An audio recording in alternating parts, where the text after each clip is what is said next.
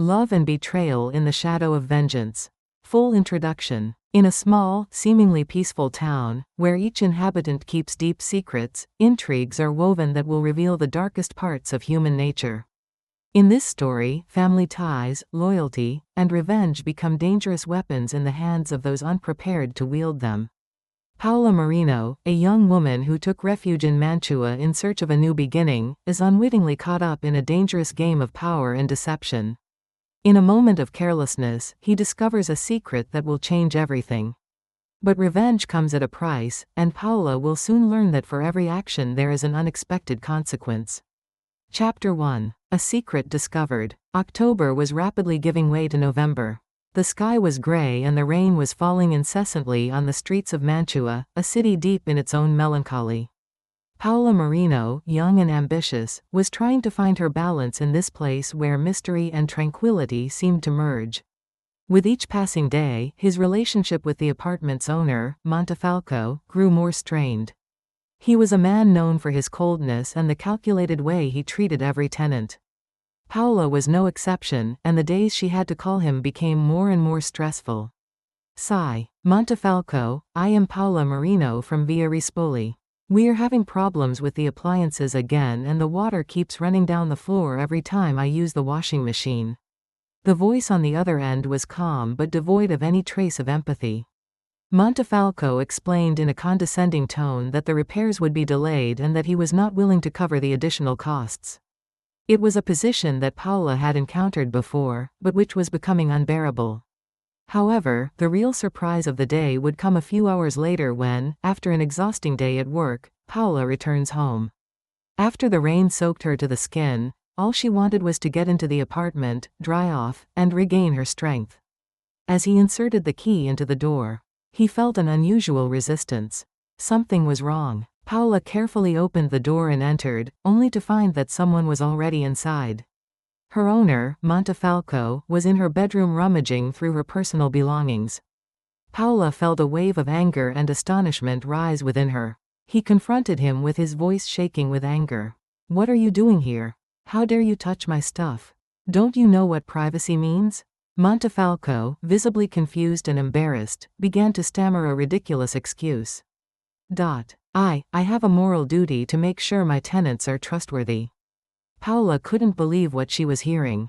Montefalco fled the apartment without another word, leaving behind an unexpected object, a large bunch of keys, each with a colorful tag inscribed with the names of various streets in the city. It was a moment of discovery, a secret that would set in motion a series of irreversible events. Paola realized that this man owned more apartments than she had ever imagined. And with that bunch of keys in her hands, Paola began to think of some form of revenge. He has to pay for this, Paola told herself, clutching the keys in her fist. Although he hadn't originally imagined he would get this far, now he had the opportunity to confront Montefalco in his own way, attacking him where it hurt the most, in the power he wielded over others. It had been 3 days since the incident in the apartment, but Paola couldn't get the image of Montefalco rummaging through her personal things out of her mind. Every detail of that scene made her feel angry and helpless, and the fact that Montefalco acted as if nothing had happened irritated her even more. I have to do something, she told herself every morning as she looked at the bunch of keys she had found in the apartment. The keys represented Montefalco's power, his control over several homes and tenants. For the first time, Paola had a weapon against him. On a Friday evening, when the rain was beating hard on the windows in Mantova, Paola made the decision. He couldn't leave it like that. She felt overwhelmed by the injustice of the situation. But above all, by the humiliation she had been subjected to.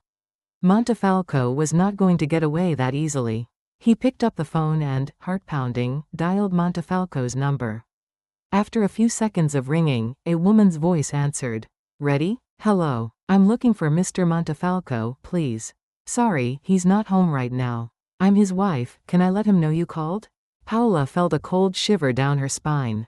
Montefalco's wife? Up until that point, he hadn't thought much about the owner's personal life. But now he was beginning to understand that the story was much more complex than he had imagined. Yes, please. I have an important message. He left a bunch of keys with me, and I'd like to return them. Oh, those keys. Yes, I know what you're talking about. He is very protective of them. We need to get them back as quickly as possible. I'm coming to pick them up myself tomorrow. Paola hung up the phone and thought about what she had just done. He had given Montefalco's wife an excuse to get back in touch with his family. Perhaps the wife could be a key to understanding more about who Montefalco really was and the secret behind his power. The next day, at the exact appointed time, Paola's apartment doorbell rings. Paola opened the door and in front of her appeared a middle-aged woman, elegantly dressed, with a particularly authoritative air. Anna Torri, Montefalco's wife, was not what Paola had expected. The woman was tall, with a distinguished air and a penetrating gaze that seemed to reveal more than first met. "Hello, I'm Anna Torri, Montefalco's wife. You have the keys, right?" the woman asked in a hurried tone.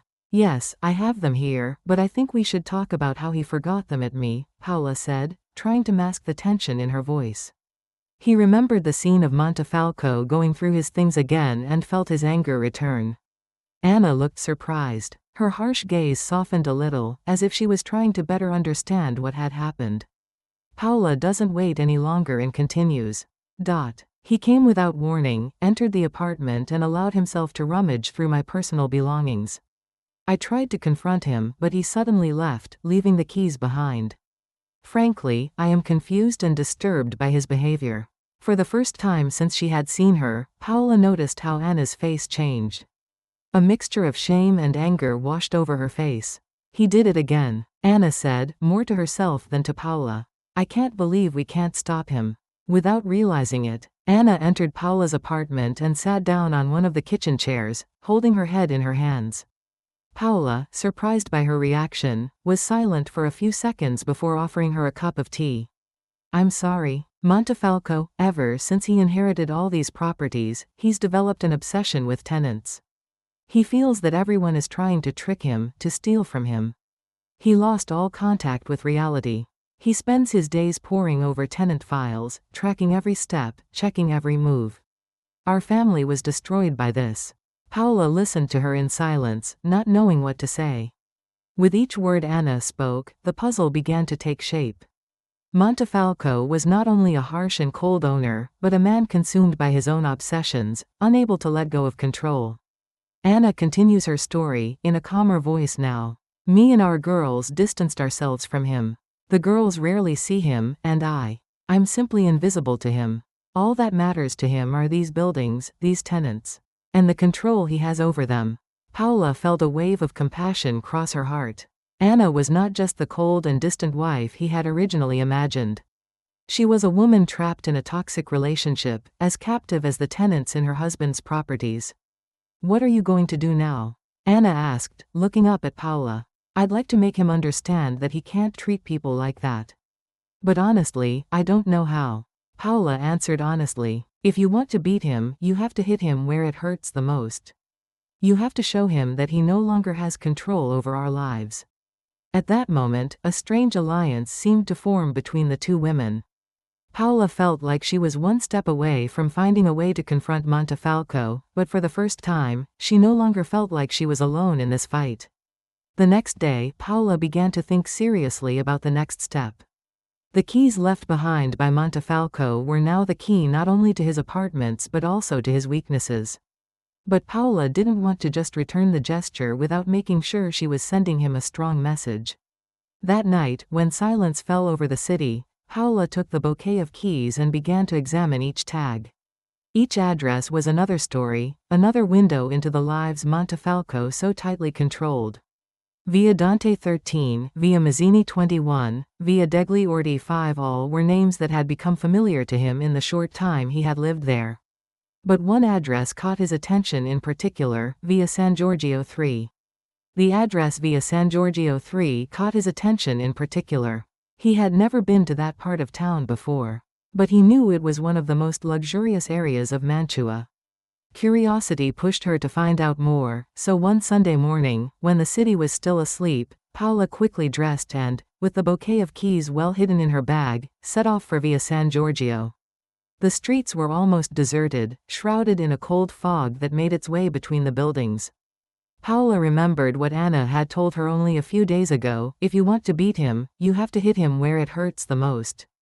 It was a thought that obsessively returned to his mind. When he arrived at the address on the tag, he found a large villa surrounded by a tall wrought iron fence. It was an imposing building with large windows and a well-kept garden. Beyond the luxurious appearances, Paola felt a certain coldness. Without thinking too much, he approached the gate and tried one of the keys he had. To her surprise, the key fit perfectly. The gate opened with a slight creak, and Paola entered the property. Feeling her tension rise with each step. When he reached the front door, he felt for the first time a mixture of fear and curiosity. What could he find in this house? What was Montefalco hiding here? With his heart beating fast, he inserted a key into the lock again and turned it. The door clicked open. Paola entered the villa and closed the door behind her. The interior was as opulent as the exterior, but empty. There was no sound, not even the echo of her footsteps on the cold marble. Paola walked slowly, feeling more and more uncomfortable. With each room he explored, he discovered the same things: elegant furniture, expensive things but lacking in personality. Everything seemed to be there to impress, but not to be truly inhabited. Arriving on the top floor, Paola found a room that looked different. A solid wood door, better guarded than the others. Approaching, he found that it was locked. This time, the key didn't seem to be within reach, but Paola was determined to discover what that room hid. He carefully searched the area around the door and with a bit of luck found another set of keys hidden in a statuette on a nearby coffee table. When the door finally gave way, Paola was surprised by what she saw inside. It was no ordinary room. The walls were lined with shelves filled with folders and files. The whole space looked more like an investigator's office than a living room. On a large desk in the middle of the room were scattered documents, photographs and letters. Paola walked over to the desk and started flipping through the files. Each folder was labeled with a person's name. He soon realized that these were the files of Montefalco's tenants. Every move, every detail of their lives seemed to be meticulously documented. Everything was here, from leases to notes about private discussions Montefalco had had with his tenants. Anger began to boil within her. Montefalco wasn't just a control-obsessed landlord, he was a manipulator who monitored his tenants with terrifying thoroughness. Paola felt a lump in her throat as she discovered a file that was dedicated to her. He opened it with trembling hands and read each line with a combination of amazement and anger. Paola Marino, age 28, single, works at the local architecture office. He has been renting the apartment in Via Rispoli for 3 months. She pays her rent on time, but she seems suspicious. He needs extra supervision. These simple notes were just the beginning. Further, there were transcribed phone calls, brief meetings with Montefalco and even details of complaints he had made at work. Paola felt a wave of nausea rising in her stomach. How long did he spend following me? What other information might they have about me? She hadn't realized how deeply Montefalco had gotten into her life. It was more than an invasion of privacy, it was a direct attack on her existence. But this file had also given him an advantage. Now he knew Montefalco was vulnerable. If he could show others what he was doing, if he could expose all these files, Montefalco could lose everything. With this thought, Paola started taking out her phone to take pictures of every document she considered important. The files, the letters, the notes, everything could be a weapon against him. The more he photographed, the more in control he felt. Finally, Montefalco was no longer untouchable. Paola now had the power to destroy him. After he finished, he carefully put everything back and left the room. The time he'd spent there had felt like an eternity, but he knew he had to get out as quickly as possible before anyone realized he'd been there. She hurried down the stairs, exited the villa and closed the door behind her. The cold morning air enveloped her, but for the first time in days, she felt a sense of release. With the evidence gathered in her phone, Paola knew she held the key to taking down Montefalco. But she also knew she couldn't act alone. Anna had already told her that she was willing to betray her husband, and Paola felt that this was only the beginning of a dangerous alliance. Now he had to decide how to play this hand. Chapter 2. The Moral Game of Revenge. Paola had left the villa with her heart still beating madly. The deserted streets of Mantua seemed to remain silent, as if nothing had happened, but for Paola, everything had changed. She had spent the last few hours reviewing and analyzing every step Montefalco had taken to control her and invade her privacy. Now it was her turn to make a move. That evening, Paola sat at her desk in the apartment, contemplating the photos she had taken of the files. The evidence was clear: Montefalco was using all means to follow and manipulate the lives of those around him. But what was he going to do with them? Hand them over to the authorities? Show the other tenants? Any movement seemed to be risky. Paola felt the weight of the decision settling on her shoulders. The phone rings, breaking the silence. Anna's name appeared on the screen. Paola felt a thrill of anticipation. That woman seemed to be the key. He opened the call. "Hello, Paola. You found something, didn't you?" Anna's voice was calm, but strained. "Yes, Anna. We discovered everything you imagined and maybe even more. Your husband monitors his tenants' every move. I have evidence. Documents, photographs, detailed notes about their private lives." There was a long pause, where Paola could feel Anna digesting the information. "And what are you going to do with this evidence?" Anna asked in a serious, almost calculated tone. Paola hesitated. She wasn't sure if she could fully trust Anna. She seemed like a woman caught between the life she had lived and the desire to escape from her husband's influence. But Paola felt they were both in the same boat, two women subjugated by a manipulative man, but now they had a rare opportunity for revenge. "I still don't know for sure. But I need your help. You know better than I how Montefalco works. If we do the right thing, we can make him pay for everything he's done." Anna sighed deeply. "Paola, listen to me. If you want to take down Montefalco, it won't be enough to expose him. He has relationships, powerful knowledge that protects him. You have to be very careful. If you bring this evidence to light without a solid plan, you will end up putting yourself at risk. And, believe me, he will do everything to destroy you." Paola felt her stomach tighten at the thought. But what else could he do? Silence was no longer an option. It was time for her to make a decision, and her decision could change her life forever. "What do you suggest I do, Anna?" Paola finally asked, trying to sound more composed than she felt. "We must force him to make a mistake. Put him in a situation where he will show his true face. If we can cause a public scandal to compromise him, then none of his relationships will matter anymore." Paola sat quietly for a few moments, analyzing Anna's words. Force him to make a mistake? It made sense, but how could she challenge him without exposing herself too much? "And how are you going to do that?" Paola asked, trying to get into Anna's mind. Anna seemed to have prepared her answer. "I have a plan," she said calmly.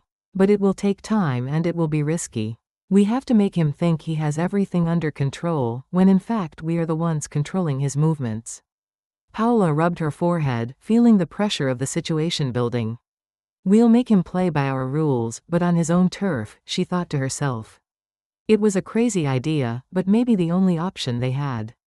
"Okay, I'm in, but let's not rush. I want to know every step of your plan before we act." Anna smiled slightly, although Paola couldn't see her. "So be it. We will start preparing the ground tomorrow. Let's meet at my house. We need to discuss in detail." The next day, Paola headed to Anna's house, still not sure what she was going to do. The villa where Montefalco and his family lived was elegant, but it had a cold and distant air, just as he had felt on his previous visit. Anna greets her at the door, alone this time. Paola noticed that there was no sign of life around, as if the whole house had been emptied of any shadow of family warmth. "Come in. We have a lot to talk about," Anna told her, inviting her into the main hall. Paola sat down on the leather couch, feeling the tension in the air. Anna seemed ready, but Paola didn't feel as confident. However, he had no choice but to play this game. "Here's what I think we should do," Anna began, sitting down in an armchair opposite Paola. "We must make Montefalco think you are about to betray him. We will give him the impression that you collaborated with the other tenants to expose his secrets and that you are the leader of a movement against him. It will be enough to make him make a mistake." Paola felt a wave of anxiety wash over her. "And what will happen if he really exposes me?" she asked. "He won't have time to expose you. We'll provoke him to overreact, and when he does, we'll have the evidence to destroy him. I tell you, Montefalco is impulsive. If he feels he's losing control, he'll do anything to regain it, including revealing his true colors. Paola wasn't convinced the plan was infallible, but she knew Anna was right about one thing. Montefalco was the kind of man who reacted violently when provoked. If they could force him to act out of panic, they would have a chance to take him down. "So what do I have to do?" she asked, trying to sound determined. "First of all, you need to get closer to the other tenants. You have to gain their trust and give them the impression that you are planning something big. But you'll have to do it discreetly, so that Montefalco doesn't find out right away." Paola nodded, but felt a growing weight settle on her shoulders. This game is dangerous. Every move he was going to make had to be carefully calculated. Any mistake could cost her everything. Anna leaned forward and handed him a piece of paper. "These are the tenants who have had the most trouble with him. You will have to approach them one at a time and gain their trust. We'll start from here." Paola looked at the list and felt a lump in her throat. This is the beginning of the war, she said to herself. And once this war started, there was no going back. Paola knew that the next few weeks would be decisive. Her alliance with Anna was far from simple or secure, but it was the only option she had. Although she could not foresee all the dangers that awaited her, she was determined to see it through. As the night slowly spread its shadows over Mantua, Paola looked out the window, feeling that her fate had just been sealed. He was about to enter a dangerous game, where every step could be decisive.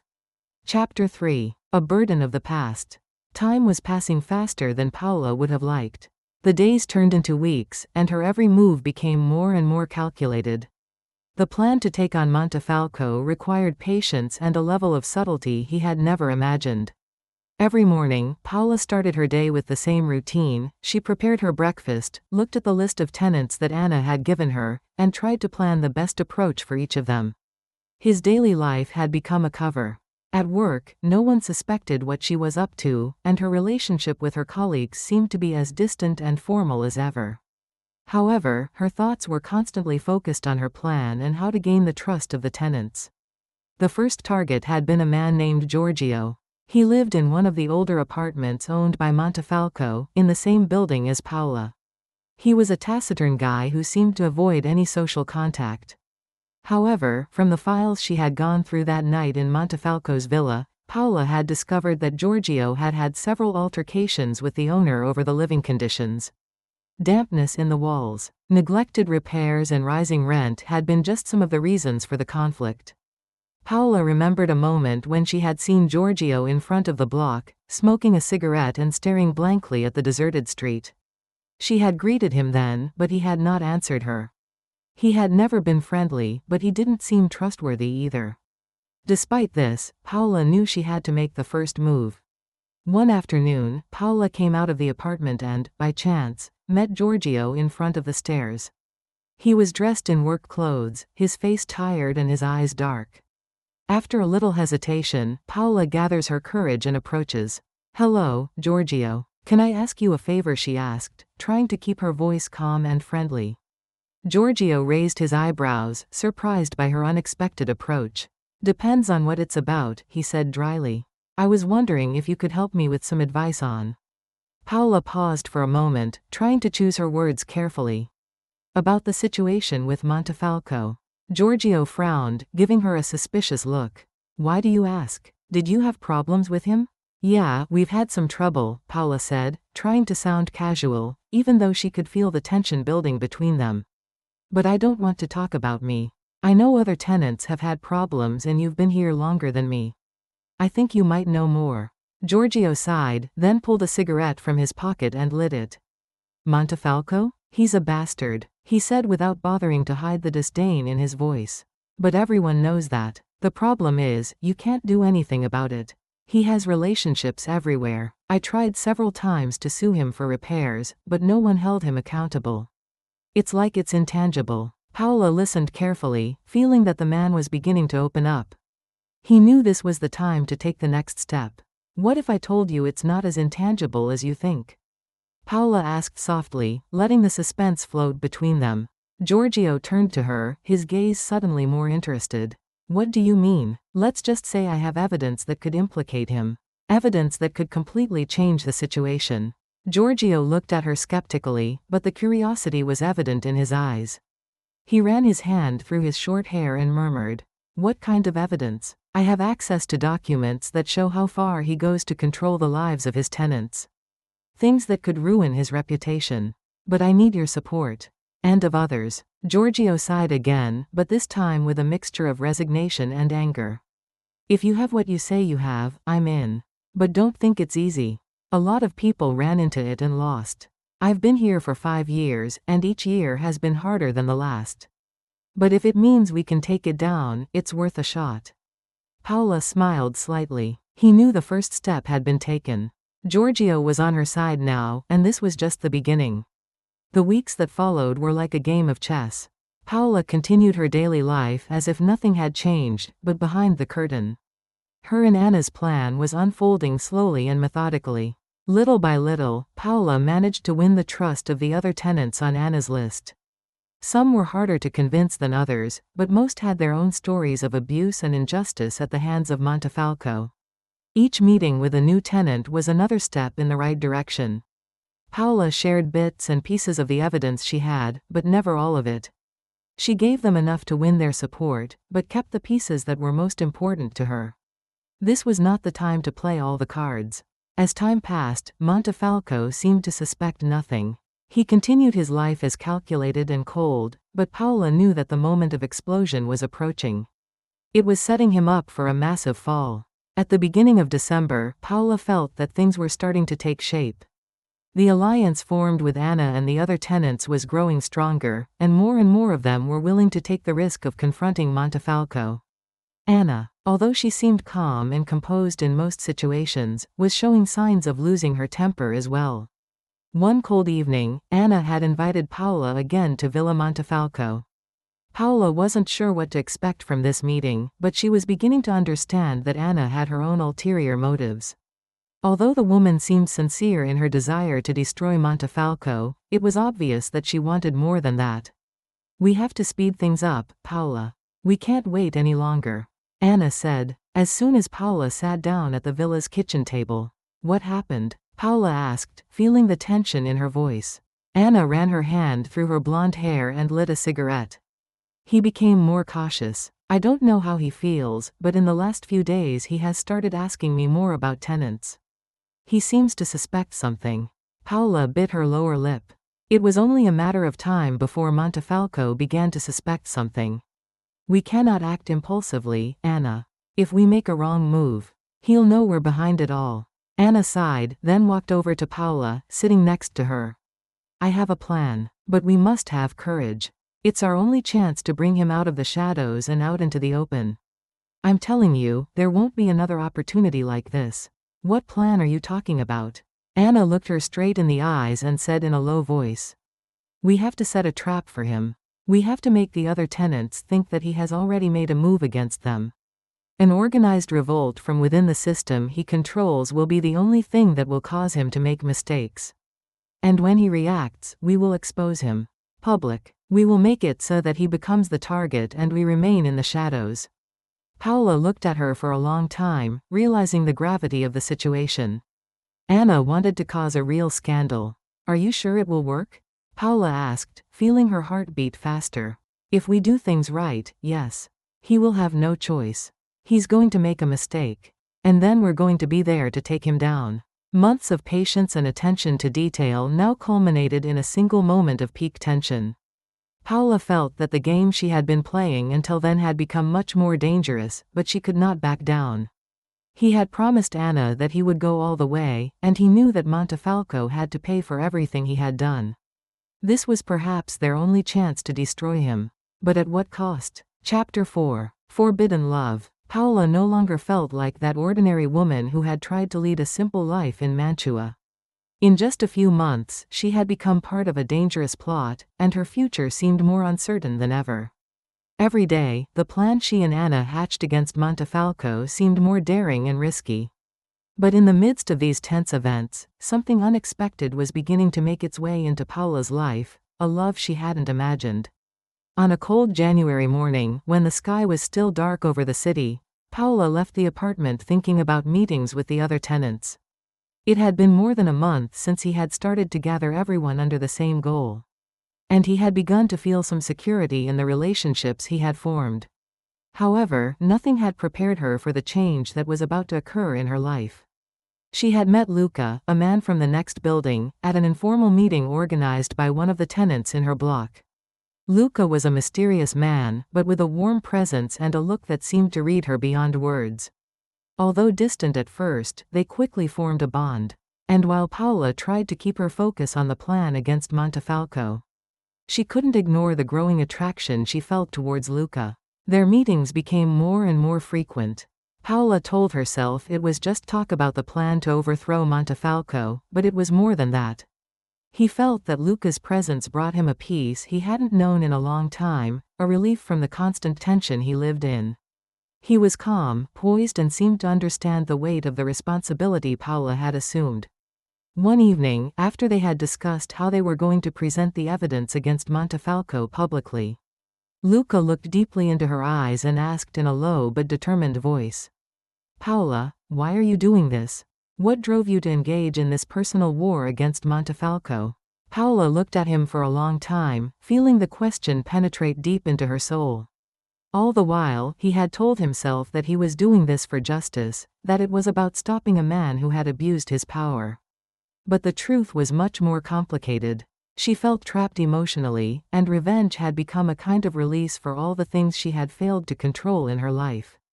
"I don't know," she answered slowly, avoiding his gaze. "Maybe because I feel responsible. Or maybe it's because I feel like if I don't do something, I'll lose control of my own life." Luca looked at her in silence for a few moments, then slowly approached her. "You are not alone in this, Paola. You know that, right?" Paola looked up and met his eyes. In that moment, you felt that a stronger bond had formed between them than any plan of revenge. There was something deeper, something he couldn't explain in words. Luca moved even closer, gently touching her hand. "We are all here to fight against injustice, but in the end we have to remember who we are. And who we want to be when it's all over." With her heart beating faster, Paola felt the tension between them becoming unbearable. Before she realizes, Luca brings his face close to hers and kisses her. Everything around her seemed to disappear, leaving only room for that moment, that kiss. It was the first time in a long time that Paola felt like she could let her guard down. The days that followed were full of contradictions for Paola. On the one hand, the plan against Montefalco was moving forward, becoming more and more dangerous and complex. On the other hand, her relationship with Luca was becoming more and more intense, and Paola was beginning to doubt her ability to separate her feelings from the mission she had. Anna didn't know anything about what was going on between Paola and Luca, and Paola wasn't sure if she was ready to tell her. Deep down, she knew that Anna might see this relationship as a weakness. A distraction from their shared purpose. But for Paola, Luca was not just a distraction. He had begun to feel that he was the only real thing in a world that was becoming increasingly false and dangerous. The tension between Paola and Anna began to grow in the following weeks. Anna grew increasingly impatient, and the pressure to act against Montefalco grew. Paola felt the burden of responsibility pressing ever harder on her shoulders, and her relationship with Luca added a new dimension of complications. One day, Anna asked him to meet urgently at her villa.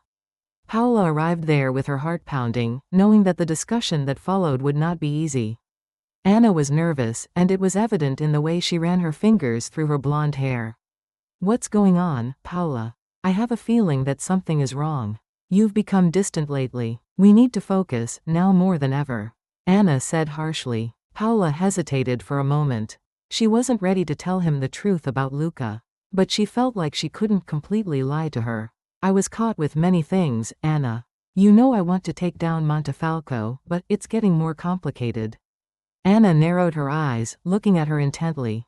"Paola, this is not the time for hesitation. If in doubt, tell me now.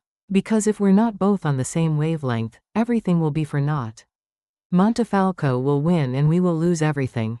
Paola felt the pressure of Anna's words overwhelm her. It was a moment of decision. He knew that if he continued to get involved in this fight, there was no turning back.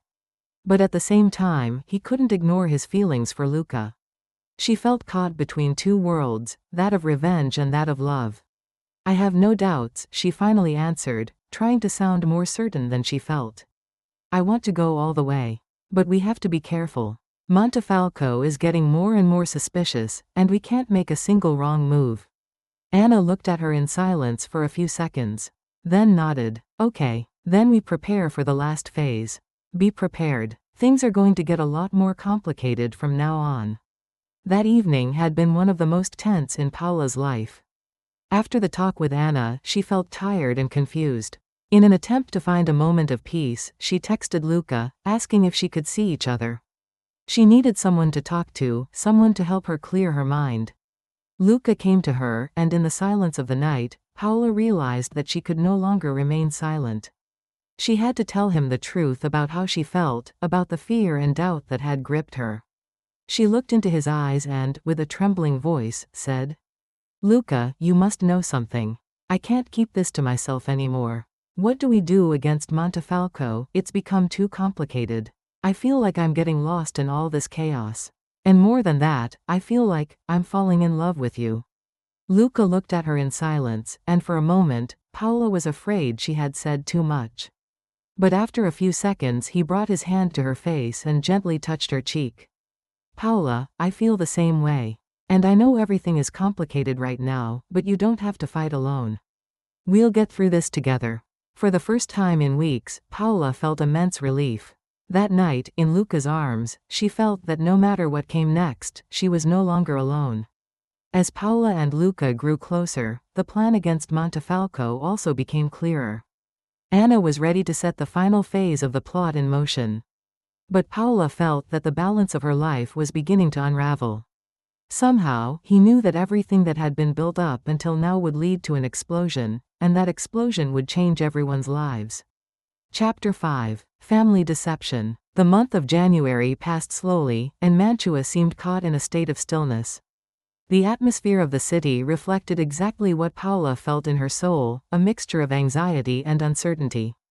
Her relationship with Luca was growing more intense, but at the same time the pressure of the plot against Montefalco was steadily increasing. Anna seemed more impatient than ever, and Paola felt that something was going to happen, something inevitable. One morning, at the beginning of February, Paola received a message from Anna, short and to the point, "We have to meet today.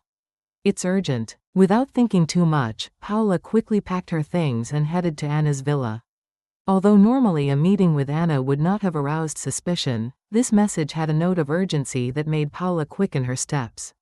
When she arrived at the stately villa, Anna was already at the door, waiting for her. Her face was strained, with a dark look and deep circles under her eyes. A sign that she hadn't slept well in a few days.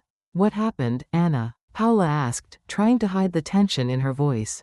Anna did not answer immediately, but turned suddenly and led Paola inside the house. When they were seated in the elegant drawing room, Anna lit a cigarette and began to speak, without looking up from the ground. "Montefalco knows," she said, her voice low and worried. Paola felt her heart stop for a second. "What? How does he know?" Anna looked up at her. A mixture of anger and fear in her eyes. "I made a mistake." Someone spoke. "He knows we are planning something against him. He doesn't know all the details, but he suspects. He told me yesterday that he received some anonymous messages suggesting that someone was trying to take him down. And I'm sure they suspect we're behind it." Paola felt her stomach tighten. Everything they had built so far could crumble at any moment. If Montefalco had suspicions, that meant their plan was in jeopardy. They had to be more cautious than ever. "What do we do now?" Paola asked, trying to keep her composure. Anna sighed, ran a hand through her messy hair and lit a second cigarette. "We have to act quickly, Paola. If we wait much longer, he will begin to search us all. I'm telling you, we don't have time. I have talked to some of the other tenants and they are ready to take action. But I need you to agree to this. Are you ready to go all the way?" Paola felt a huge pressure on her shoulders. All this time, she knew this moment would come, but now that she was in front of him, she felt completely unprepared. She thought about Luca and how their relationship had become more and more important to her. If he made one wrong move now, everything could fall apart, including the bond with him. But he couldn't back down. It was too late for hesitation. "Yes," she finally answered. "I'm ready." Anna nodded, and for a moment Paola noticed a slight relaxation in her expression. Okay, then get ready. We'll have to make sure everyone is on the same page. We have to coordinate our movements perfectly. If we make a mistake, Montefalco will feel the blood in the water and destroy us all. In the days that followed, the tension reached its peak. Paola had tried to maintain contact with Luca, but she felt that everything around her was becoming more and more fragile. She had met him one evening at a small restaurant in town and tried to reassure him that everything was going according to plan. But Luca didn't seem convinced. Paola, I'm not sure you're aware of what you're getting yourself into. Montefalco is dangerous. If he finds out what we're doing, he won't give us a chance. Paola looked up at him, feeling the smoldering anger within her begin to surface. I know what I'm doing, Luca. You should know that too. I can't back out now. I've come too far to give up. Luca sighed and ran a hand through his hair, looking at her with concern. I'm not trying to stop you. Paola, I just want you to be sure you're ready for what's to come. Because once you make a move, there's no turning back. Paola did not answer immediately. Deep down, she knew Luca was right. The fight against Montefalco had become everything to her, but at the same time, she felt that her personal life was becoming more and more complicated. Could Anna be trusted? Could he rely on the other tenants? A month had passed since that kiss, and their relationship had become much more intense. They saw each other almost daily, and all the while Paola felt that their connection had become a point of stability in her life, at a time when everything else seemed to be falling apart. I trust you, Paola, Luca finally said. But you have to be careful. Montefalco will not react calmly. He will do everything in his power to stop us. Paola approached him, extending her hand across the table. She could feel the tension in his fingers, but she could also feel her own insecurity. We'll get through this together, Luca. We need not fear. We have the plan. And we will win. In the weeks that followed, every day seemed to be a constant battle against time and one's own fear. Paola and Anna met more and more often, and the other tenants strengthened their alliance. The plan was becoming clearer. They had to force Montefalco to make a wrong move, a move that would publicly compromise him. Every action had to be calculated with a surgeon's precision, every detail carefully worked out. As the plan unfolded, Paola found herself more deeply involved than she would have liked. He was no longer just a pawn in this game, he had become one of the main pieces. Anna had relied on her more than anyone else, and this made Paola feel even more vulnerable. One day, while returning from a meeting with the other tenants, Paola received a call from Anna. Paola, you must come to the villa immediately. It's urgent. The tone of Anna's voice was worried, and Paola felt a knot in her stomach. Without thinking, he changed his direction and hurried towards the imposing house in Via San Giorgio. The moment she walks in, you feel Anna more tense than ever. What happened? Paola asked, almost breathlessly. Anna looked her straight in the eye with a look full of pressing urgency. Montefalco made a move. They are trying to blackmail us. He found out you were at his house and saw the files. Paola felt a wave of adrenaline flood her body. How had Montefalco found out? What was he going to do? How did he find out? Has anyone spoken? Anna walked up to her and handed her an envelope. Inside was a photograph, one of Paola leaving Montefalco's villa on the night she had discovered his secrets. It was clear that someone had followed her. Paola felt all the blood drain from her face. We don't know who did it, but that means we're all in danger now. He will not sit for nothing. He will do everything in his power to compromise you and everyone else. Paola felt fear begin to take hold of her. Everything was falling apart. One mistake, one wrong step, and Montefalco was on their trail. He knew this was the turning point. What do we do now? Paola asked, trying to keep her cool. Anna looked at her for a long time and answered, with a determination that Paola had never seen before. We defend ourselves. And we counterattack. Now is the time to show that we are not intimidated. Chapter 6. Shadows from the Past. Paola was now at a point of no return. After Montefalco had discovered that he had been to his villa and had gathered evidence against him, the game had become much more dangerous. Fear and adrenaline were invading her mind, but they couldn't stop her. Meanwhile, her relationship with Luca was becoming increasingly complex and difficult to manage in the context of the pressures that were building up. That night, when Paola got home after her talk with Anna, she felt that the air in the apartment was too thick to breathe. Every corner of the room reminded him of the weight of the plan he carried on his shoulders. A darkness had settled in her life, and her mind was caught in a storm of thoughts. He took a long shower, letting the hot water warm his skin and relax his tense muscles. He looked in the mirror and, for the first time in a long time, he didn't recognize himself. The phone vibrated next to the sink. A message from Luca. "Can I come to you? I want to talk." Paola sighed deeply. There were so many things she needed to talk to him about, but right now, his presence seemed to be the only comfort she wanted. He sent her a short message. "Yes, come. I'm waiting for you." Luca arrived in less than half an hour. There was a soft knock on the door, and Paola felt a shiver go through her body the moment she opened it. He gave her an intense look, the same look that had brought her peace so many times before. But that evening, Paola felt that the tension between them was at another level. Without exchanging many words, Luca entered the apartment, and the door closed behind them as a complete separation from the rest of the world. "What's going on, Paola?" he asked, moving closer to her and looking into her troubled eyes. "I've been feeling you more and more distant lately, and I want to know where we are now. What's going on with you?" Paola sits on the edge of the sofa, rubs her hands restlessly and avoids eye contact with Luca for a few seconds. "Montefalco knows, Luca," she said at last, her voice trembling. "He knows that I was in his villa and that I discovered everything. I've been followed, and now he's going to blackmail us." Luca was silent for a few moments, processing the information. His eyes darkened and he seemed to be on the verge of exploding with anger, but he kept his composure. "Paola, you should have notified me immediately. Now things are much more complicated. We need to get out of this as soon as possible." He walked over to her and without another word ran his hand over her back in an attempt to give her support. But Paola felt caught in a vortex of emotions, and Luca's mere touch caused a wave of repressed desire to rise from deep within her. The tension that had surrounded them in those weeks, the fear and adrenaline, was slowly turning into something else. "I don't want to discuss this anymore," Paola said in a lower voice, as she looked up at him. "I need to forget about all this for a moment, Luca.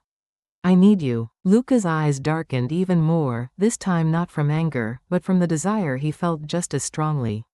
They leaned toward her, and in that moment, every decision, every thought about Montefalco vanished from their minds. His lips quickly found their way to hers, and everything turned into an explosion of pent-up passion. The tension that had built up between them was unbearable, and now, without control, they gave free rein to their desires. Paola felt trapped in a parallel world, a world where all that mattered was Luca and the way his hands held her as they both lost their balance, letting themselves be carried away by the wave of desire. By the time they reached the bedroom, the clothes were already a memory scattered on the floor and their bodies were merging in an explosion of sensations that left them breathless. Luca gently lifted her from the edge of the bed and kissed her deeply, as if the whole world had evaporated and the two of them were the only survivors. That night, Paola felt that, for the first time in a long time, she could put all her worries aside and just be herself, without the pressure of the plot and without the fear of what was to come. After everything quieted down, the two of them lay on the bed in silence, their breathing gradually ceasing to be so hectic. Luca held her in his arms, stroking her hair gently. It was a moment of peace in stark contrast to the chaos in which their lives were caught. "I know it will be hard, Paola," Luca finally said in a whisper. "But I want us to be in this together. I love you." Paola felt a shiver go through her body, not from fear or desire, but from the power of those words. He would never have imagined that he would come to feel something so deeply in the middle of such a dangerous situation. She turned her face towards him and, in a trembling voice, answered him. "I love you too, Luca." These words were heavier than any others spoken so far. Paola's whole world seemed to change in a split second. Although danger still loomed over them, at that moment, Luca was all that mattered. The next day, when morning slipped through the curtains, Paola woke up alone in bed. Luca had left early, leaving a note by the pillow. "I have some things to take care of, but see you later." "Take care of yourself." Paola smiled slightly, but that sense of calm didn't last long. The thoughts of Montefalco and what they had to do came flooding back, and Paola knew she couldn't put off the confrontation any longer. The phone rang, and it was Anna. Paola answered quickly, her heart racing. Paola, I have news. Montefalco is preparing to make a move. I learned that he plans to hold a meeting with all the tenants at the end of the week. He wants to put everyone in front of the fait accompli. They're trying to force us to admit what we're doing. Quote. Paola felt a wave of panic wash over her, but she tried to keep her composure. How do we prepare for this? What are we going to do? Anna looked more determined than ever. We will not wait. We will make a move before him. Tonight we must all meet. We'll have to expose everything before he has a chance to attack us. See you at 8 o'clock at my place. Bring the others. That evening, Paola headed for Anna's villa with a mixture of fear and determination. Luca was there too, as were the rest of the group of tenants who had joined the plan. In Anna's drawing room, everyone seemed more tense than ever. All eyes were on Paola and Anna, waiting for instructions. Anna spoke first, looking at them all with sharp intensity. Montefalco knows what we are doing. He has been following us for some time and is ready to attack us. But we can't sit back and wait for him to make the first move. If we meet him on neutral terms, we will lose. A murmur of concern spread through the room. But Luca intervened, standing up. Anna is right. Montefalco is vulnerable now. If we act quickly, we can force him to make a major mistake. We must face him before he has time to play all his cards. Paola looked at the group of people gathered and felt the tension rising more and more. They all depended on her and Anna to provide direction, and that gave her an overwhelming responsibility. We need to make sure we have the evidence ready, she said, slowly standing up. It all depends on when we will make the public disclosures. But we have to be careful. If we act too early, we will lose. The group discusses the details of the plan for hours, with every man in the room contributing. Paola could feel the pressure gathering more and more on her shoulders, but at the same time she felt a strong desire to go all the way. All that remained to be done now was to wait for the right moment to act. Chapter 7. Loss of Control. The night seemed to cast its increasingly heavy shadows over Mantua. In the midst of that darkness, Paola's entire world seemed to be falling apart and coming back together at the same time. The plan against Montefalco was about to reach a dangerous climax, but in that constant tension, another dimension of her life was beginning to preoccupy her, her intimate relationship with Luca. This connection had grown deeper, almost overwhelming, in ways Paola could never have imagined. Although her mind was focused on the plot and how to take down Montefalco, her body longed for Luca's presence. It was like a magnetism he couldn't control, an attraction that grew every day. The physical dimension of their relationship had become an essential part of Paola's life, providing both relief from stress and a deep connection she had never experienced before. Luca was a mysterious man, but in those intimate moments, all barriers fell. In those moments, the two of them were no longer just two people caught in a dangerous situation, but two people united by the desire and need to feel safe in each other's arms. One Friday evening, after another meeting with the group of tenants had ended, Paola felt how the tension accumulated in the last few days was becoming unbearable. As Luca prepared to leave, she felt an overwhelming urge to stop him, to hold him close. Without saying anything, she moved closer to him and kissed him deeply, a kiss that spoke of all the unspoken things between them, all the emotions they couldn't put into words. Luca responded immediately, pulling her closer to him, and the kiss became more passionate. More intense. Paola felt his strong body wrap around her, and for a moment she felt safe, away from the chaos she was in. In those intimate moments, every touch between them seemed to say more than words ever could. Luca was an imposing presence, both physically and emotionally, and their intimate dimension had become a refuge for both of them. There were moments when Paola could completely forget about the plans against Montefalco, abandon herself completely in his arms and let herself be carried away by the wave of desire. "I can't hide anymore, Luca," she whispered as she ran her hands over his chest, feeling the warmth of his skin under her trembling fingers. "Everything we live now is too intense. I want you, but everything seems to be falling apart around us." Luca looked into her eyes, with deep understanding and passion burning in his gaze. "Paola, we're in this together. We don't have to hide from ourselves. What we have is real, and everything that happens around us can't change that. Quote. Without saying anything, Luca lifted her gently in his arms and carried her to the bedroom. That evening, every movement was more intense, every kiss deeper. Paola could feel his strong body surrounding her completely, his arms holding her as if he never wanted to let go. There was something primitive about the way Luca dominated her in those intimate moments, but at the same time there was a deep connection between them, something more than mere physical desire. The physical dimension of their relationship had been overwhelming for Paola from the start. Every touch, every look Luca gave her made her feel wanted in a way she had never experienced before. His body was strong and firm, and the way he dominated her in bed was a perfect combination of power and tenderness. Paola remembered how, from the first moment they had made love, she had been surprised by his intensity. Luca knew exactly how to touch her, how to make her feel vulnerable and strong at the same time. He was exploring every corner of her body, leisurely, as if he wanted to know all her secrets. That evening, Paola felt more connected to Luca than ever. Their bodies moved in perfect harmony, each movement intensifying their shared desire. Luca had a presence that made her feel small and protected, but at the same time, she felt like she was regaining control of her own life through the release she found in those intimate moments.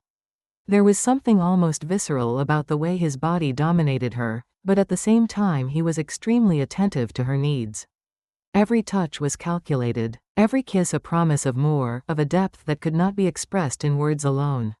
When it was all over and she lay in his arms, Paola felt the whole world seemed to have quieted down for a few moments. Luca stroked her hair softly as their breathing returned to normal. "You are so beautiful, Paola," he whispered, with a tenderness that made her heart flutter. "I never want to lose you." Paola looked at him, feeling deep gratitude and love in her heart. Luca was more than just a lover, he had become her refuge in a world that was falling apart. But at the same time, she knew their relationship was dangerously intertwined with the plot against Montefalco, and that made her feel vulnerable. "I don't know what will happen, Luca," she said softly, raising herself slightly on her elbow to look at him better. "Everything is so complicated. Montefalco is dangerous, and every move we make brings us closer to a direct confrontation." Luca listens carefully, and his hand continues to caress her back slowly. "We'll get through this together. I know it's not easy, but I trust you. We'll find a way out of this." The following days seemed to pass at a dizzying pace, and Paola and Luca did not have much time to reflect on their relationship. The plot against Montefalco was in full swing, and each meeting with Anna grew more intense. Paola felt that their whole world was about to explode, and this explosion could destroy not only their plans, but also their relationship. One day, when Paola met Anna in a secluded park, she felt that the tension between them had reached its maximum. Anna looked more agitated than usual, and it was clear in her eyes that she was ready to do anything to destroy Montefalco.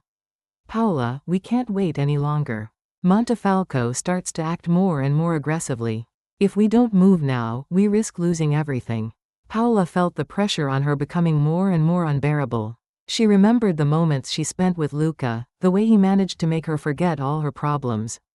But now there was no time for hesitation. She had to be strong. Keep calm and act at the right time.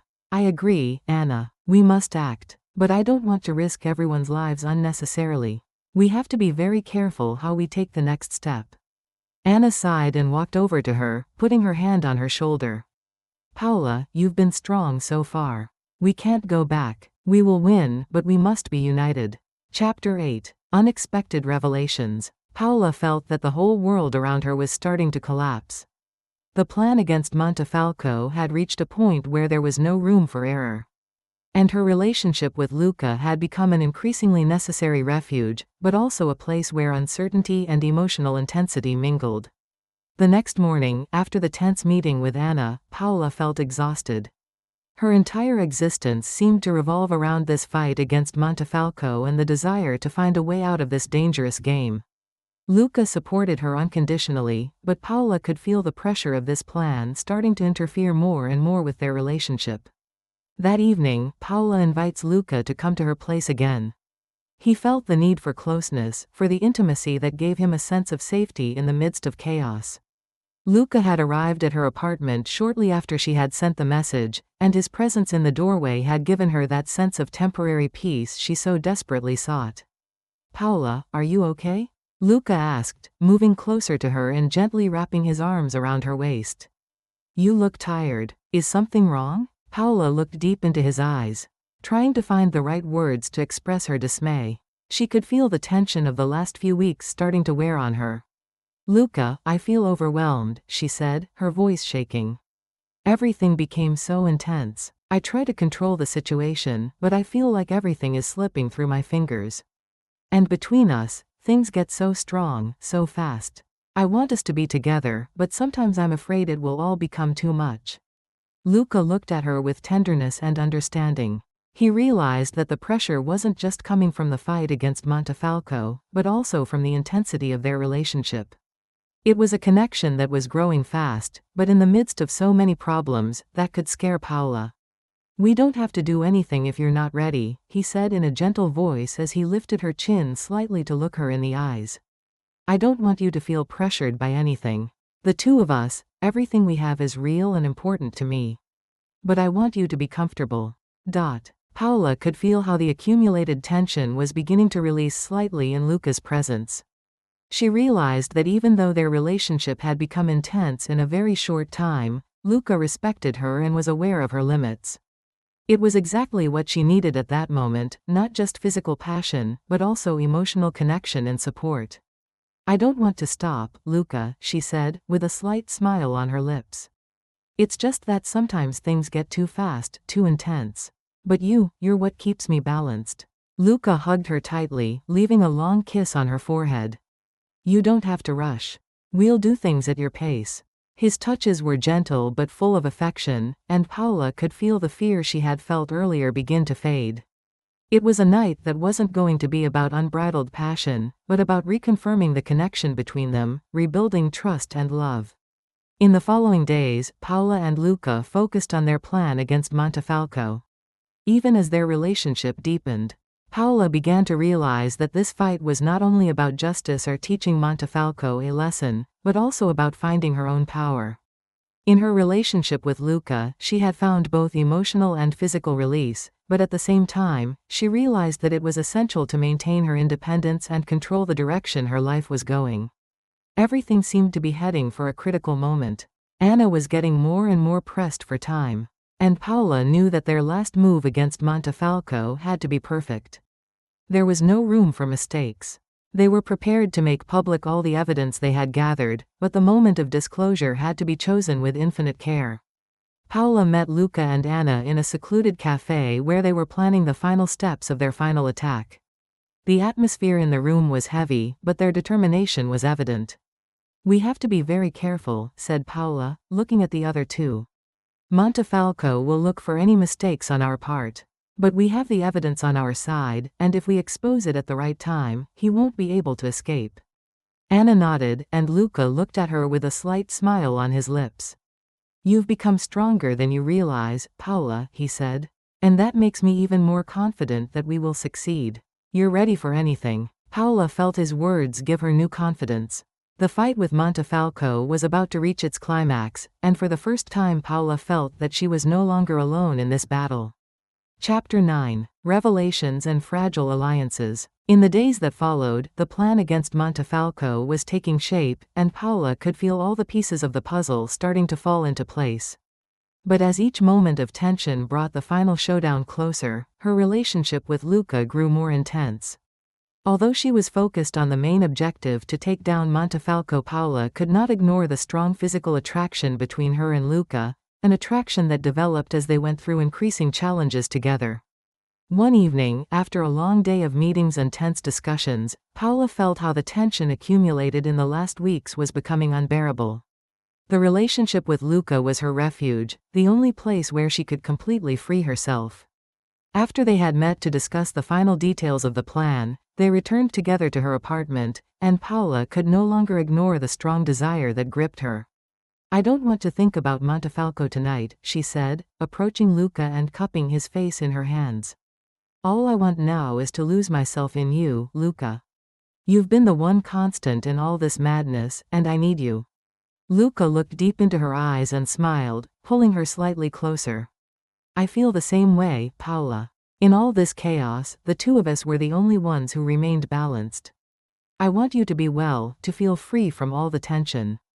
Between them, the desire wasn't just physical, but a release of all the emotions and fears they were building up.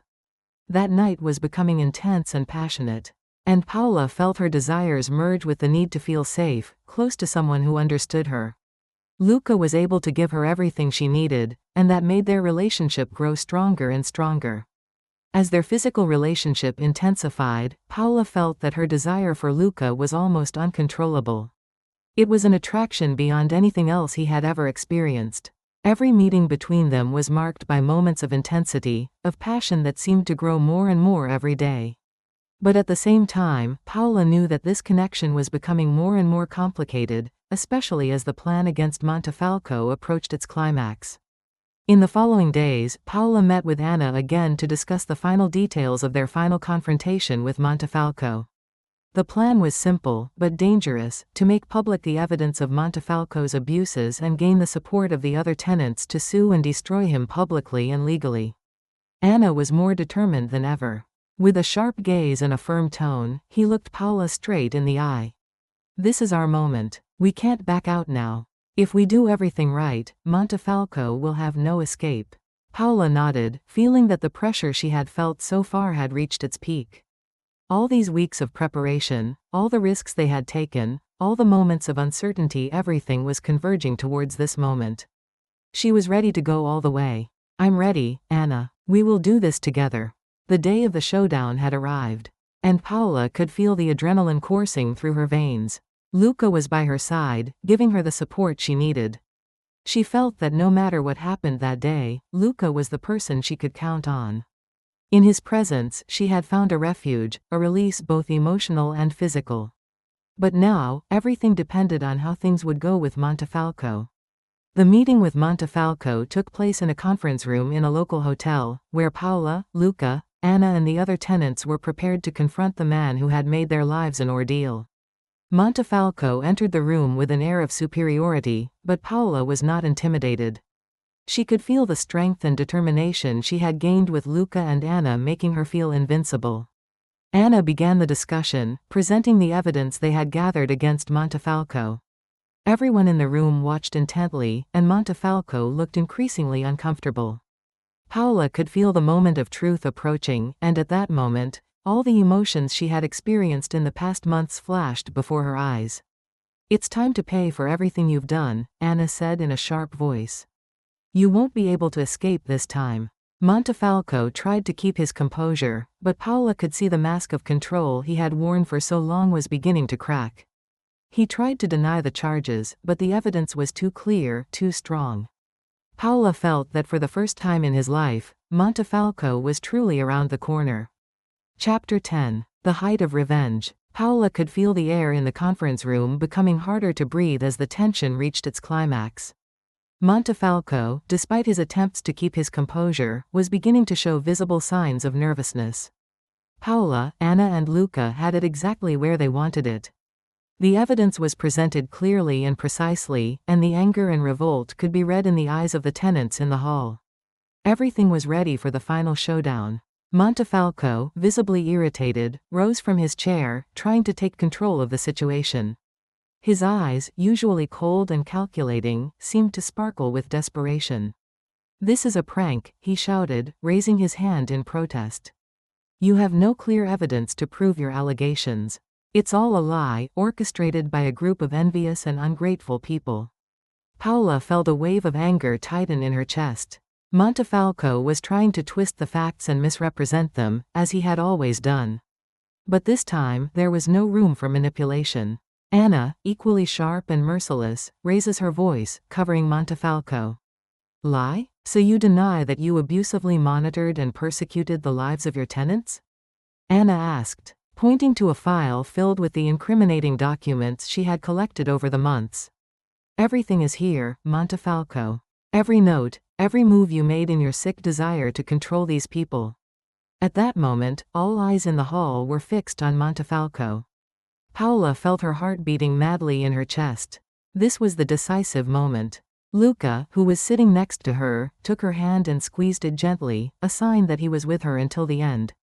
In those moments of maximum intensity, Paola remembered all the sleepless nights, all the fears and insecurities, but above all the strength she had gained. Luca had supported her in the most difficult moments, and now she felt that she was no longer the vulnerable woman who had entered this dangerous game with Montefalco. She was stronger than ever. Montefalco seemed to realize that his game was almost lost. Instead of admitting what he did, he started getting defensive, throwing accusations left and right, trying to discredit every person in the room.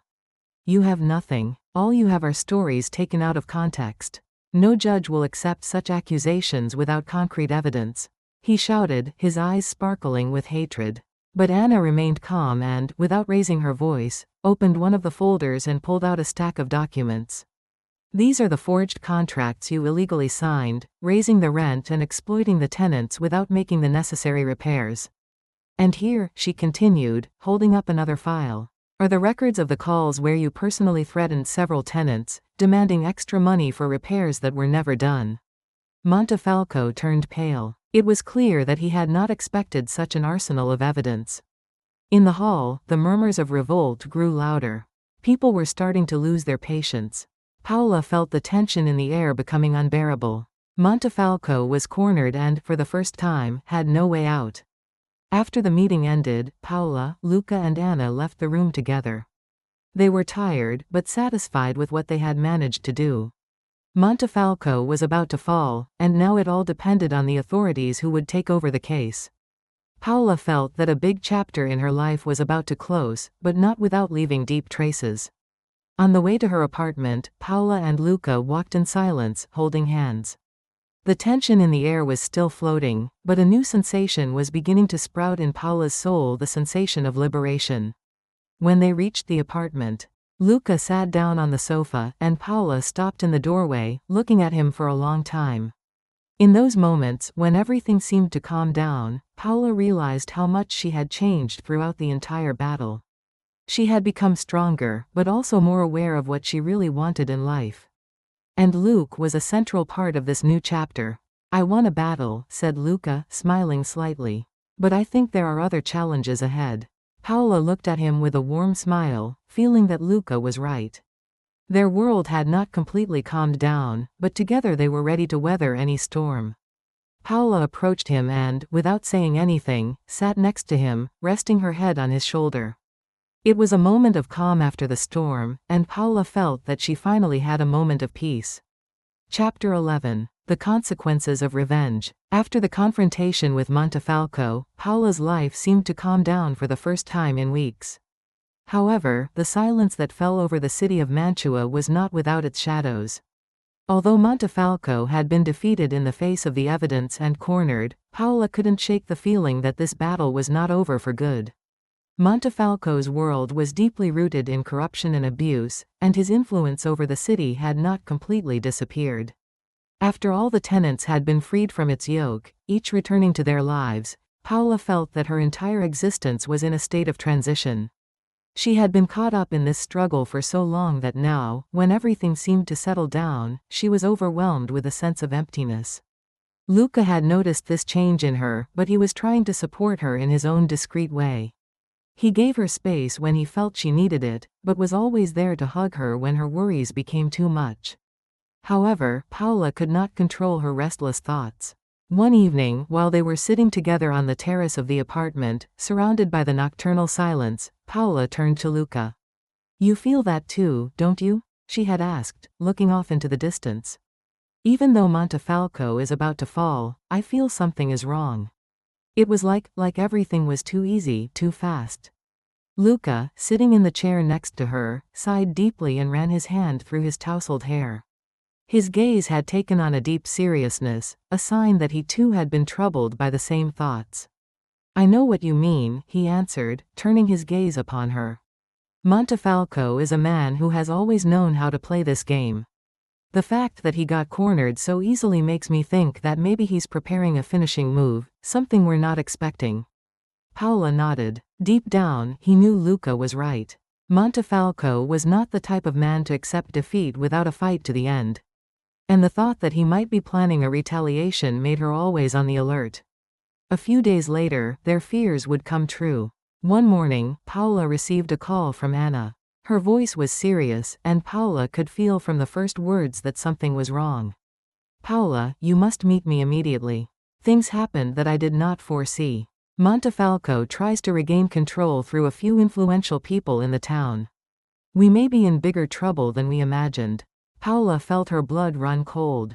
This was exactly the scenario he had feared. Montefalco was not just a simple rich man who had abused his power over his tenants, but he had deep connections in political and financial circles.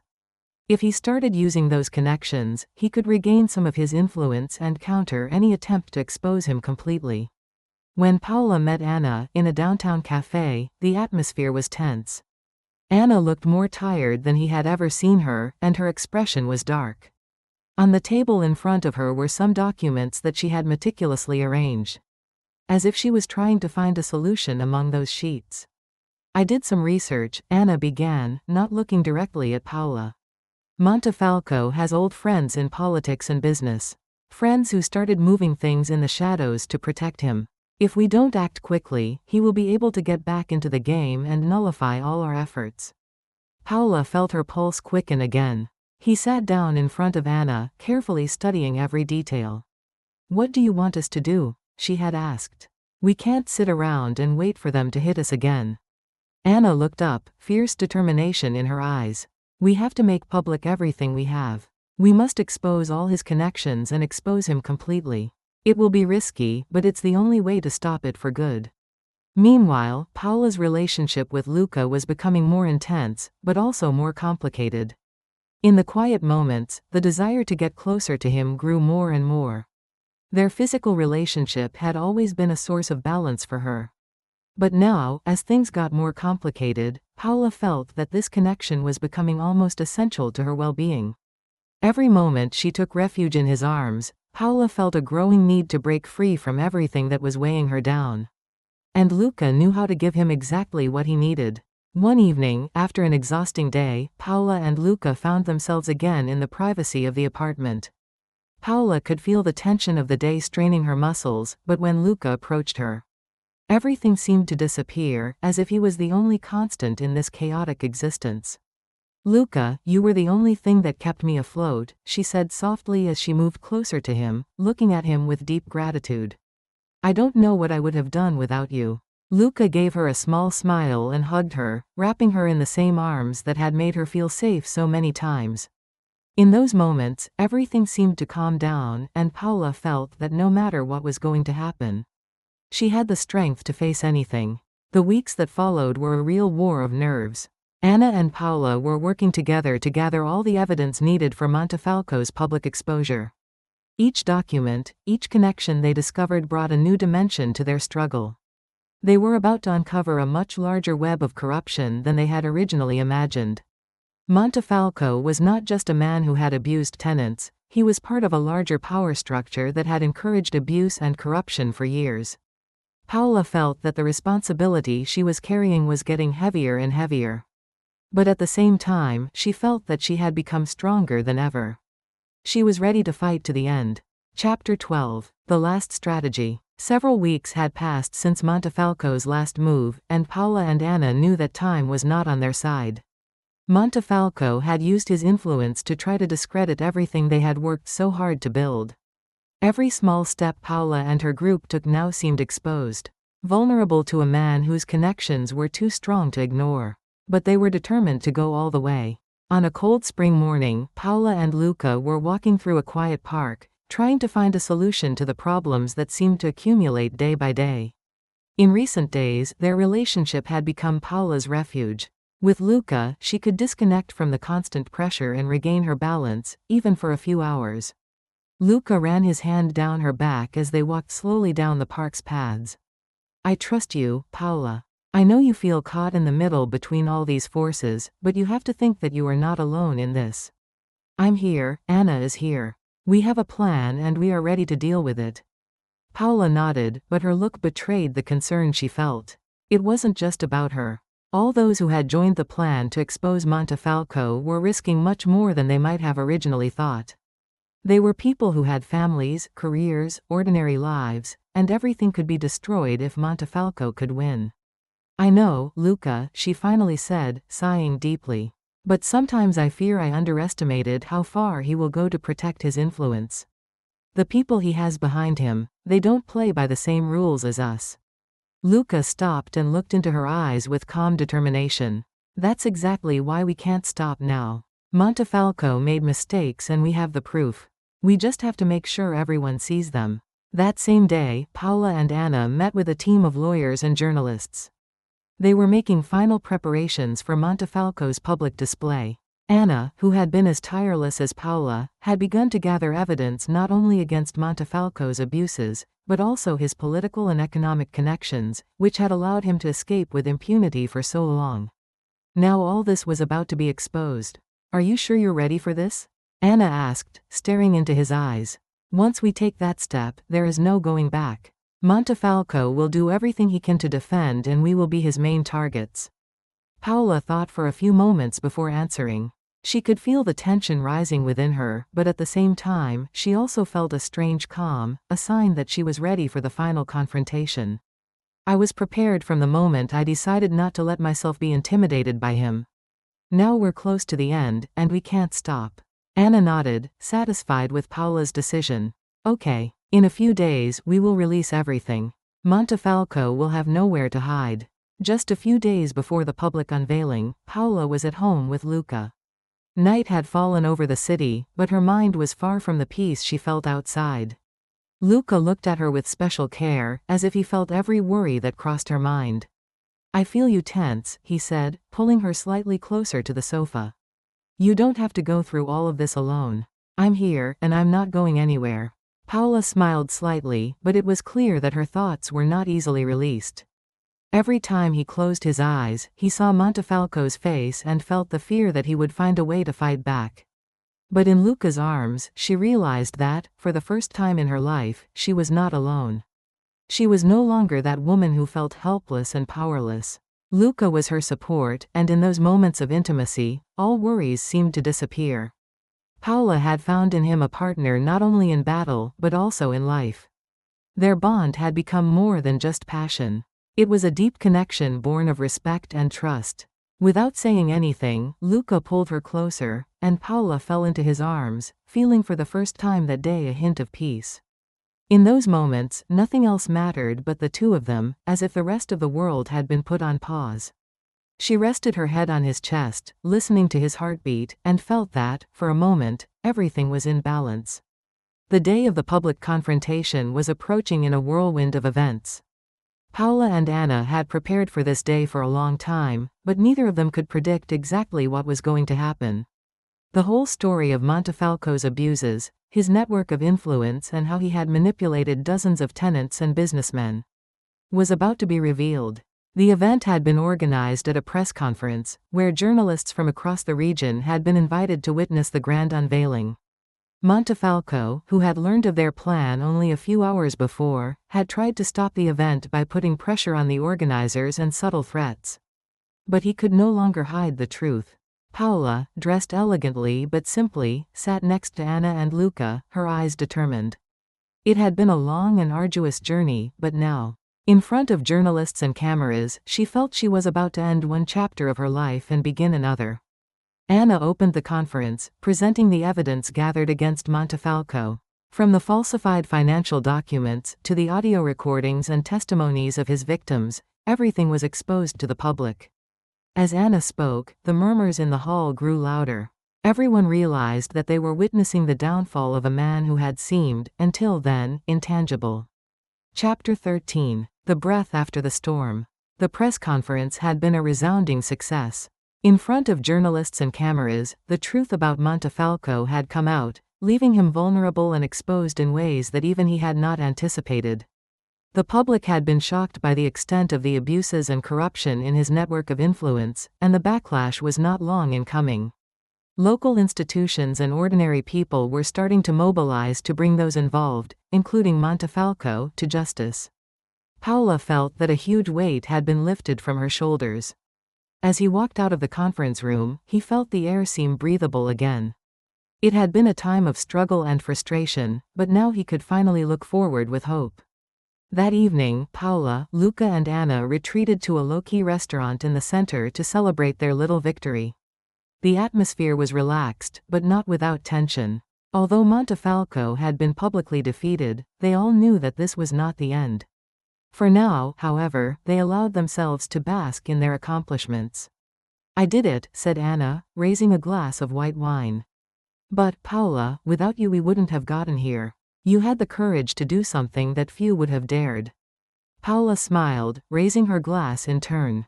"It was a joint effort, Anna. Without you, without Luca, I wouldn't have been able to see this through."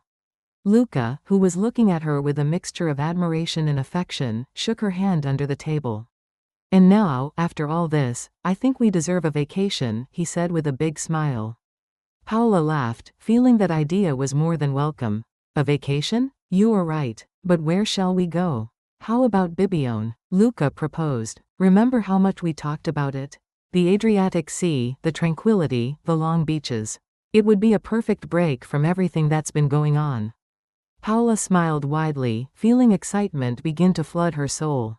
Bibione, Italy. A place that had offered them the hope of an escape in difficult times. In all those days of tension and conspiracy, the dream of a holiday on the quiet beaches of Bibione had been their only window to normalcy. Now, it seemed more real than ever.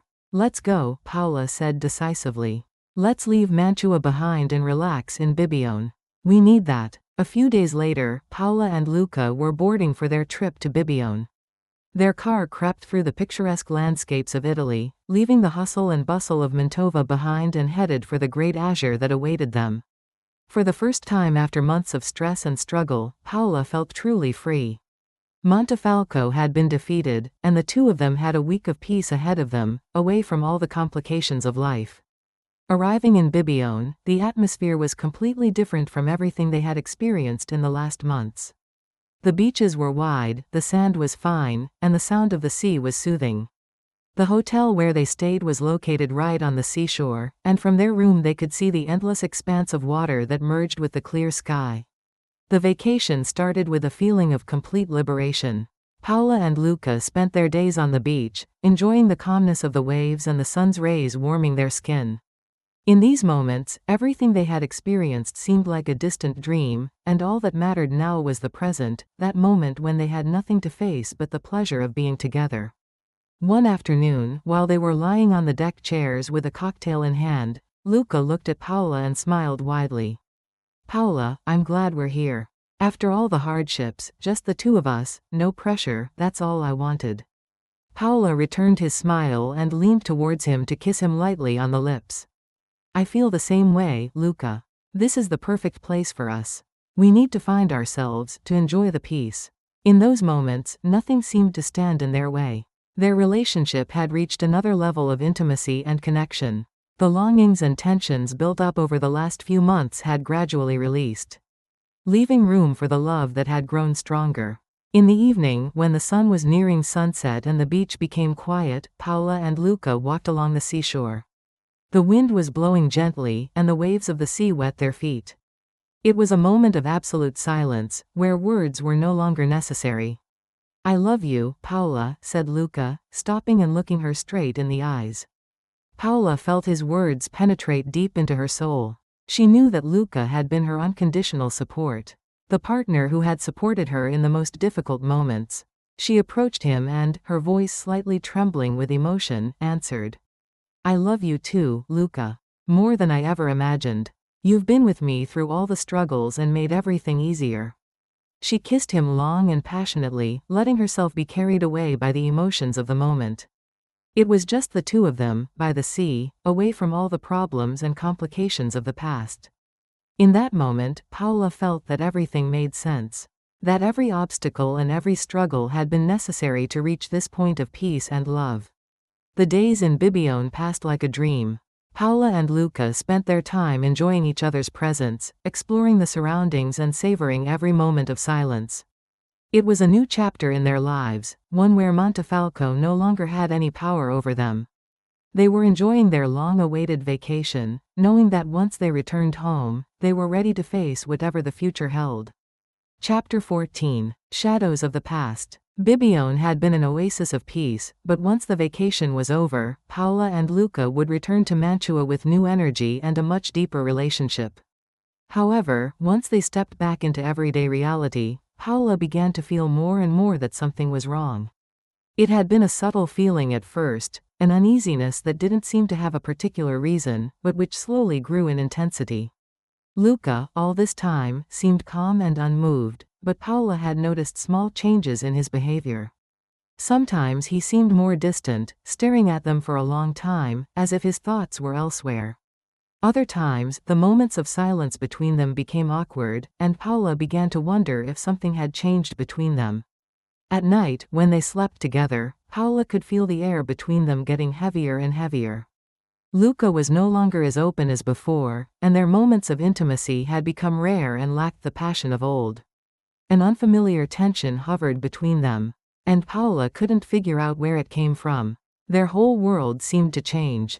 Although Montefalco had been exposed and seemed to be about to lose his power, Paola felt that the danger had not completely disappeared.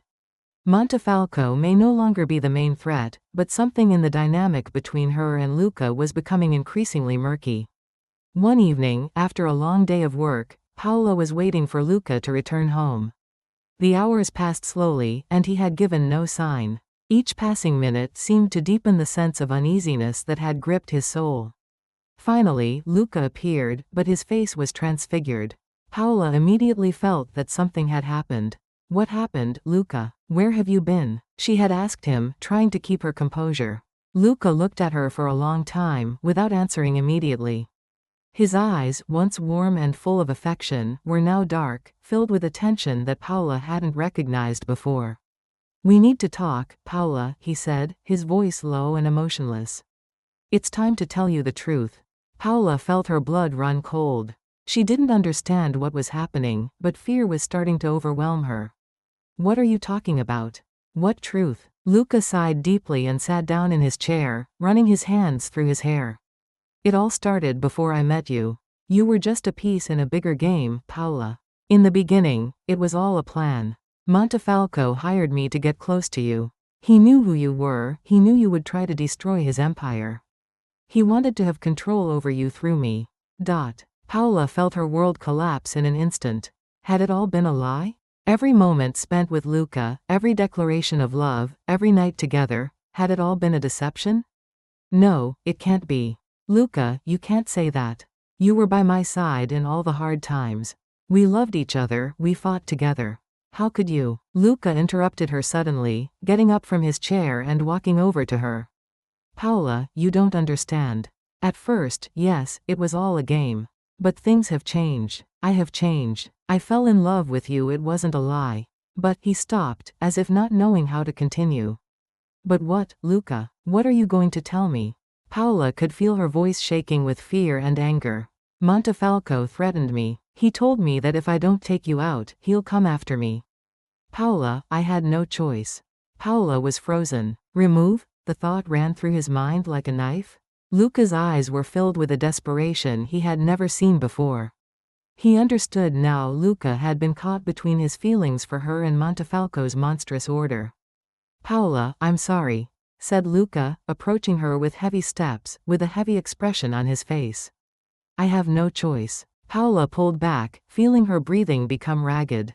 "No, Luke, you can't do that." But before he could say anything else, he felt a heavy blow to his chest. Her eyes widened in shock and her body began to gradually give way. Luca had pushed her violently, sending her to the floor. Paola tried to get up, but the pain was too great.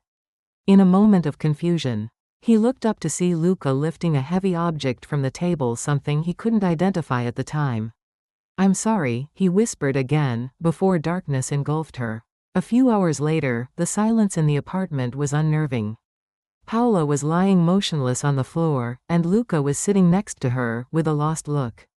In those moments, he understood that he had been trapped by his own choices, and that love and betrayal had been part of a game he had not been able to control. Chapter Fina. The Shadow of the Past. The silence in the apartment had only been disturbed by Luca's gloomy thoughts. He sat on the floor next to Paola's body, unable to fully process his actions. He had tried to do what he thought was right, to come to terms with the fact that he had no choice, but it all seemed unreal. He had been caught in a game he couldn't get out of. What had started as a simple mission from Montefalco had turned into a story of love and betrayal, and now Luca felt that he had completely lost control of his own life. The hours passed slowly and he lay there, unable to move or think clearly. But in the back of his mind, he knew he couldn't stay like this forever. He had been forced to make a decision, and now he had to face the consequences. Finally, Luca slowly stood up with a blank expression on his face. His gaze was lost, as if his soul had broken at that moment. Looking around the apartment, every corner reminded him of Paola, of their moments together, the promises and hopes they had had. But everything was now destroyed.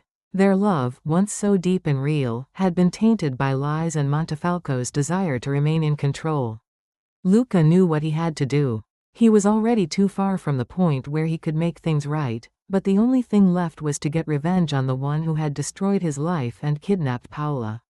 With final determination in his eyes, Luca headed for Montefalco's residence.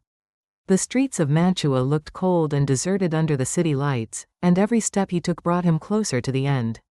When he arrived in front of Montefalco's luxurious villa, Luca no longer felt either fear or hesitation. All that mattered was getting justice for Paola, even if it meant losing everything. Montefalco, his face always cold and calculating, was sitting in his office when Luca entered without knocking. For a moment the two men looked at each other in silence. Montefalco immediately realized that something serious had happened. "You didn't you?" Montefalco asked in a calm voice. But his eyes were shining with satisfaction. "You're stronger than I thought." Luca did not answer immediately. His eyes were red and his hands were shaking slightly. "There is nothing more to say, Montefalco. It all ends here." Montefalco gave a short laugh, rising from his elegant chair. "Do you think you can end everything so simply? I controlled the game from the beginning. Paola was just a piece on my board, just like you are. Every move you made was orchestrated by me. And now, you think you can take me down?" Luca could feel the anger rising in him. All those months of fighting, of lies, of betrayal, they had all culminated in this moment. At that moment, all the memories with Paola, their moments together, the last moments in the apartment flashed through his mind, fueling his anger. Without saying anything else, Luca took out a gun that he had kept hidden under his coat. Montefalco frowned, but did not seem surprised. "Done, Luca. You know what to do," he said in a low voice. In one swift motion, Luca pulled the trigger. The sound of gunfire filled the room, and Montefalco fell to the ground without a chance to fight back. His blank gaze remained fixed on Luca, but lifeless. Luca remained still for a few seconds, feeling that it was finally over. Montefalco, the man who had destroyed her life and love, was no longer a threat. But at the same time, Luca knew that he couldn't go on either. The next day, the news from Mantua exploded. Montefalco had been found dead in his office and Luca had disappeared. The city, which had been controlled for so long by Montefalco's network, was now free, but the price paid had been huge. Epilogue. Years passed, and Mantova slowly began to recover from Montefalco's long shadow. People had managed to rebuild the lives they had lost under his control, and the story of Paola and Luca had become a tragic legend, one of love, betrayal and sacrifice. No one had heard from Luca. Some said he had run away and was living somewhere far away with the burden of his decisions. Others believed that he could no longer bear to live with the memory of Paola and that he had met his end somewhere in silence. But whatever his fate, in the hearts of the people, he had forever remained the man who had destroyed the tyranny of Montefalco. And so, in the silence of the city, their story remained forever engraved in the history of Mantua. Final.